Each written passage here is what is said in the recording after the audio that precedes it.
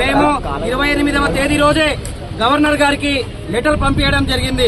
ఆ లెటర్ కి ఇప్పటి వరకు కనీసం స్పందన లేదు. 24 లక్షల మంది ఈ రోజు రోడ్డు మీద పడితే 24 లక్షల మందికి అన్యాయం జరిగితే కనీసం బీజేపీ పాలకులు నరేంద్ర మోడీ కావచ్చు, విద్యాశాఖ మంత్రి ధర్మేంద్ర ప్రధాన్ కావచ్చు బయటికి వచ్చి స్పందించలేనటువంటి పరిస్థితి. ఎందుకు విద్యార్థులంతా అంత లోకువనా?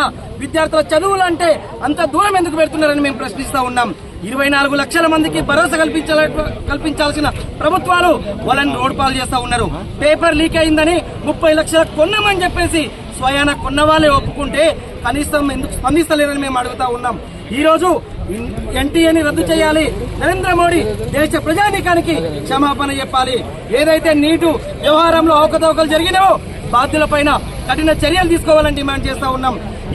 ఇలాంటి మరిన్ని తాజా వార్తల కోసం ARG న్యూస్ టీవీని సబ్స్క్రైబ్ చేయండి.